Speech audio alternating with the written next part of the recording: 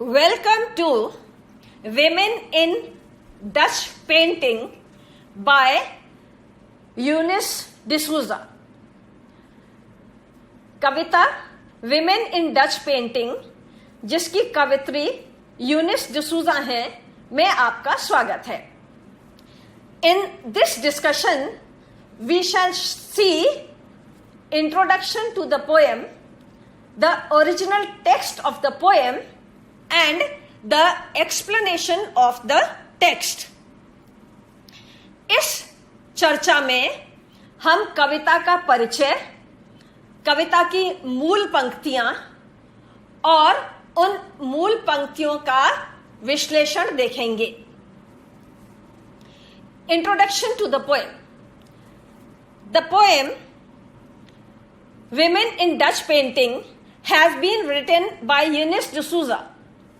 She has written very few poems, but her poems stand out because of their touching, emotional, brief, pinpointed, and daring style. The poem Women in Dutch Painting has been written by Eunice D'Souza. We have seen that the poetess Eunice D'Souza, she has composed this poem Women in Dutch Painting, and she has written very few poems. If you read about this poetess, you will find that there are not many poems to her credit. आप यूनिस डिसूजा के बारे में यदि कहीं पे search करते हैं तो आपको पता चलता है कि इन्होंने बहुत अधिक कविताएं नहीं लिखी हैं, लेकिन बहुत कम कविताएं होने के बाद भी इनकी कविताएं बहुत अलग मानी जाती हैं. बट हर poem stand out because of their touching, emotional, brief, pin pointed and daring style.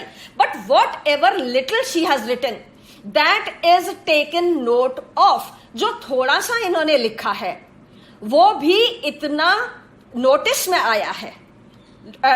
Critics ने, समीक्षकों ने, आलोचकों ने उनकी इस थोड़े से लेखन पर भी बहुत ध्यान दिया है. क्यों ध्यान दिया है? There are certain reasons, there are certain qualities behind this. कई ऐसे कारण हैं, कई गुण हैं इनकी कविताओं में. वो गुण क्या है?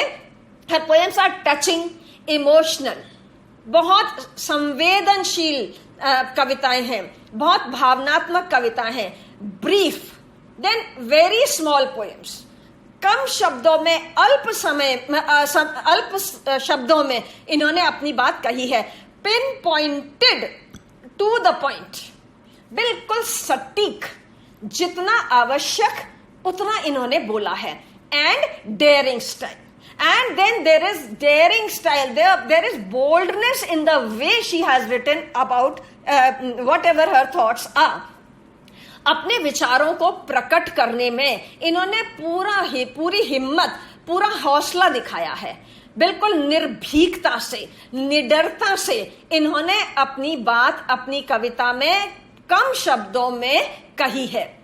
ये गुण हैं जिनके कारण इनकी थोड़ी सी कविताएं भी आलोचकों के नोटिस में आई हैं. There is an element of brevity in her poems because they are very short in length. We find that most of her poems are very short in length. So the element of brevity or briefness or shortness is prominently seen in her poems. इनकी सभी कविताओं में यह मुख्य रूप से देखा जाता है कि कविताएं बहुत लंबाई में बहुत छोटी हैं, यानी कि बहुत अल्प शब्दों में कही गई हैं. The reader finds surprise and unexpectedness while going through her poems, and then when we go through the poems as a reader we find surprise and unexpectedness. जब कविताएं पढ़ें इनकी तो पाठक को आश्चर्यजनक बातें मिलती हैं या जो बिल्कुल सोची हुई नहीं है. हम किसी दिशा में चल रहे हैं तो एक सोच लेके चलते हैं और आगे जब कविता में जाते हैं तो हमें कुछ नया ही देखने को मिलता है.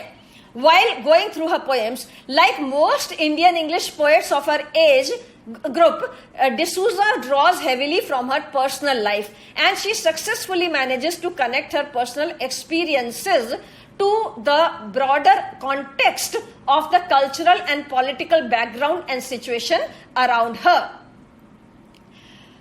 Like most Indian English poets of her age group, we find that Eunice D'Souza has used the same pattern as her contemporary Indian writers who were writing in English used.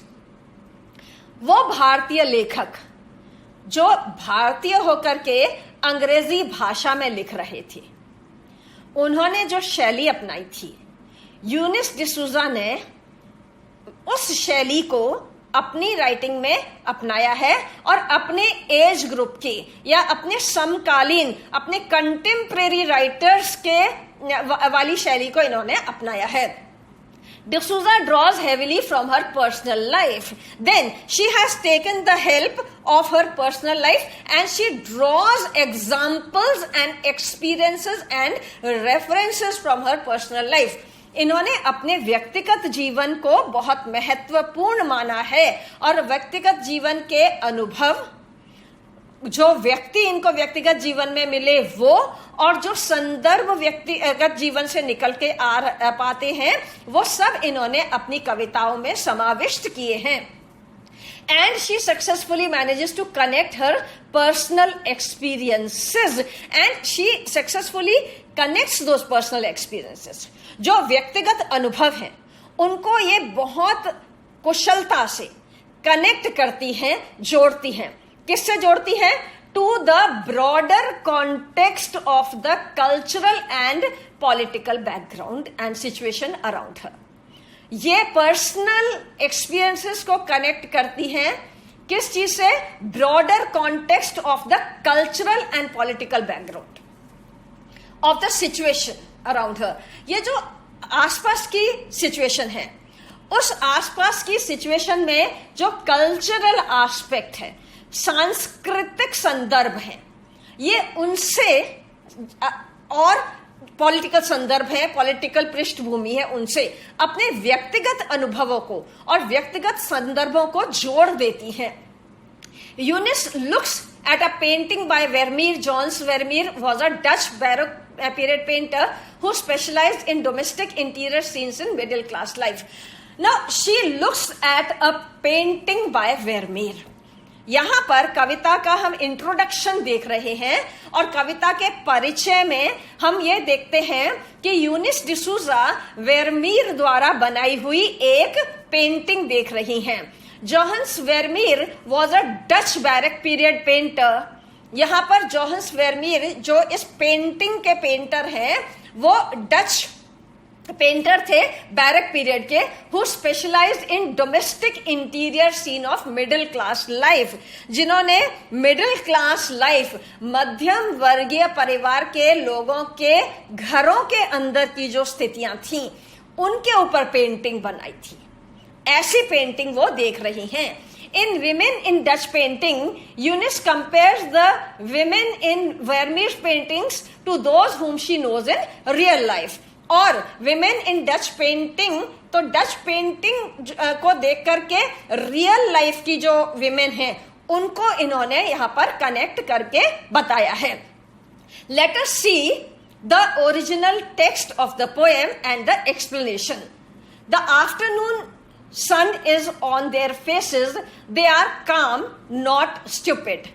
Pregnant, not bovine. I know women like that. Here, Eunice D'Souza says that the afternoon sun is on their faces.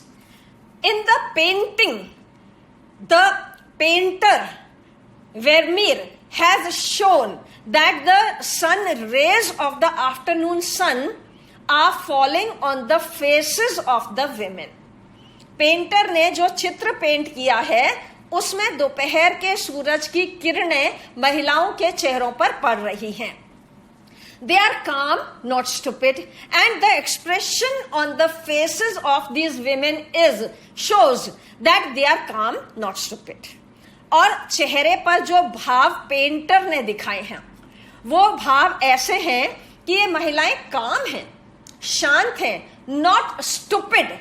ये बुद्धिहीन महिलाएं नहीं हैं, stupid नहीं हैं, लेकिन ये प्राकृतिक रूप से शांत महिलाएं हैं. Pregnant, not bovine. And these women are pregnant, not bovine. They are pregnant, but they are not bovine. ये महिलाएं pregnant हैं, गर्भवती हैं, लेकिन bovine नहीं हैं. ये पशु तुल्य नहीं हैं, पशु के समान नहीं हैं. ये महिलाएं जो दिखाई गई, क्योंकि घरेलू स्थितियां जो होती हैं मध्यम वर्ग की, उसमें महिलाओं की यही स्थितियां होती हैं, और ऐसी ही स्थिति की महिलाएं हमें घरों के अंदर मिलती हैं. I know women like that. So here the poetess says that she can remember some women like that, like she can see in the painting. And not just in paintings. She says, I know such women, and they are not the women who exist only in paintings. ऐसी महिलाएं होती हैं, यथार्थ जीवन में होती हैं. ये मात्र पेंटिंग में नहीं होती हैं, जिनके चेहरे पर धूप पड़ रही है और वो शांत हैं, जो बोवाइन की तरह, जो प्रेग्नेंट हैं लेकिन बोवाइन नहीं हैं, जो गर्भवती हैं लेकिन बोवाइन नहीं है, वो पशुतुल्य नहीं है. An aunt who did not answer her husband back. Here is the reference that Eunice D'Souza tries to bring to our notice. That she knows about an aunt who did not answer her husband back. ये अपनी एक aunt को याद करती हैं, कोई मौसी, चाची, ताई, काकी, जो भी इनकी अपनी आंट होंगी. क्योंकि आंट इंग्लिश में बहुत सटीक नहीं बताता है, हिंदी में तो हम थोड़ा उसको चाची, ताई, काकी, बुआ, मौसी इस तरह से ले लेते हैं, लेकिन आंट यहाँ पर थोड़ा जनरलाइज्ड शब्द है, तो हम उसको आंट ही के संदर्भ में ले रहे हैं कि एक आंट है जो इन्होंने अपने रियल लाइफ में देखी है. Who did not answer her husband back. That aunt would never answer her husband back. वो कभी भी अपने पति को पलटकर जवाब नहीं देती थी. ठीक जैसे ये महिलाएं शांत हैं, वैसे ही वो आंट भी शांत रहा करती थी. Not because she was plain, not because she was plain. ऐसा नहीं कि ये आंट बिल्कुल प्लेन थी या स्टूपिड थी या स्पीचलेस थी, ऐसा नहीं है.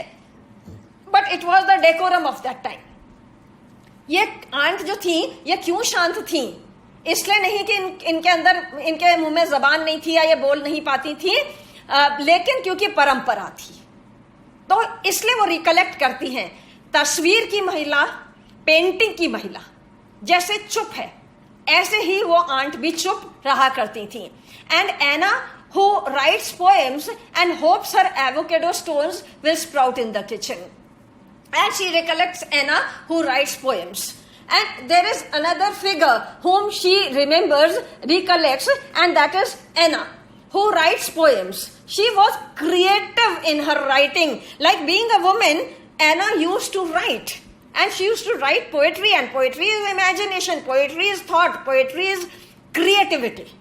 So Anna used to write poems and hopes her avocado stones will sprout in the kitchen. And she is full of optimism. यहाँ पर एना को इन्होंने इंट्रोड्यूस किया है, जो कविता लिखती थी. कविता लेखन अपने आप में एक बहुत बड़ी शैली होती है, क्योंकि इसमें सृजनशीलता होती है, कल्पना होती है, मौलिकता होती है. तो ऐसी भी महिलाएं थी इनके अपने जीवन में जिनकी इनको याद आती है. यहाँ पर एना का संदर्भ इन्होंने यहाँ पर दिया है. And Anna, she wrote poetry, and along with that, she hoped that her avocado stones will sprout in the kitchen. और वही एना ये भी मान करके चलती है कि उसके जो एवोकेडो स्टोन्स थे वो किचन में रखे जाएंगे तो वो स्प्राउट कर जाएंगे. एवोकेडो का अभी हम संदर्भ आगे देखेंगे. Her voice is oatmeal and honey, and Anna's voice is oatmeal and honey. That is, it is so sweet. It is so sweet. This also we will see in the description which we are about to discuss now.